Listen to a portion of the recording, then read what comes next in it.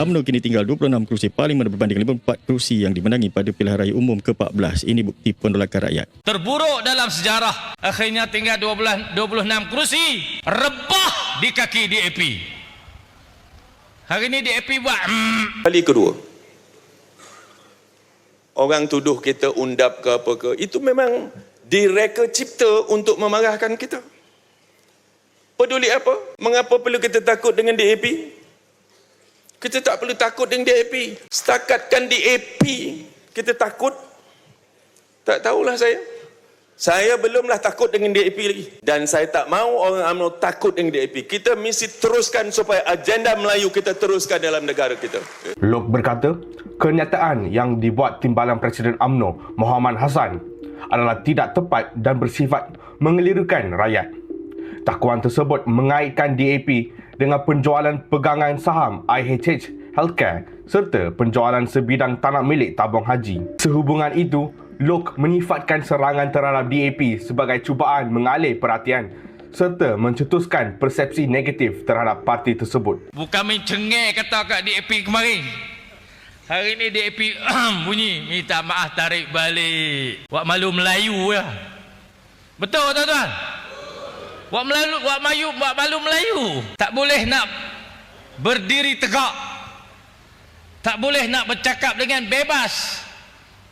Tak boleh nak berkata-kata untuk menerus memperteguhkan perjuangan untuk orang Melayu. Tak boleh. Pasal telah tersungkur di kaki DAP. Yang kita nak jadikan DAP hari ini sebagai musuh kita buat apa? Kita mesti ada disiplin parti, kan? Yang musuh kita yang dah kencing kita, dah tikam kita, dah khianat kita, kita beria nak jadikan dia kawan kita.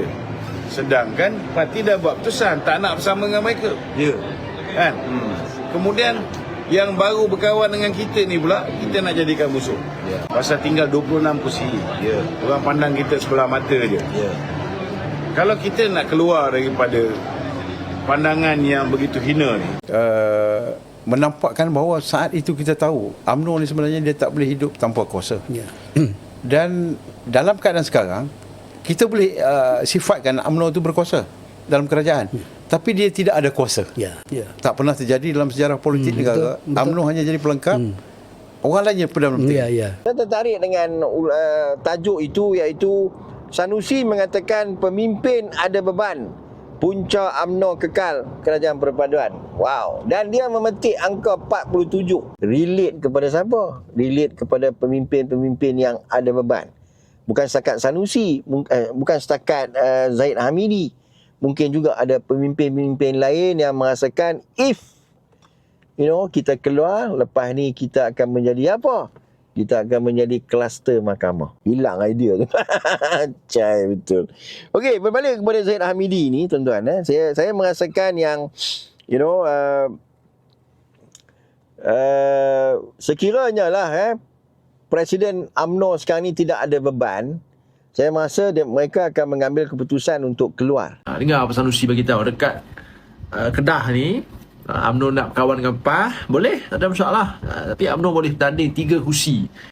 Kursi BH menang hari tu. 33 kursi lagi ni PAH akan bagi langsung. PAH akan pertahankan, PAH akan bertanding 33 kursi. Sama lah di negeri-negeri lain pun, Kelantan, Terengganu, Perlis, sama, PAH tak akan duk bagi kursi. Kami tak ada masalah. PH tak pernah ada masalah dengan UMNO. Nak duduk sama-sama berkawan, okey, kita berkawan. Nak lawan, kita lawan. Kita pun lagi mudah nak bergerak. Tak ada UMNO ni, kita pesan banyak kali dah. UMNO nak berkawan dengan PAH, berkawan. UMNO tahu sejarah berkawan dengan PAH macam mana, tapi UMNO nak juga ketegak. Tak dengar orang kata kawan tak ada masalah kita PH ni. Dia ada 26, DAP ada 40.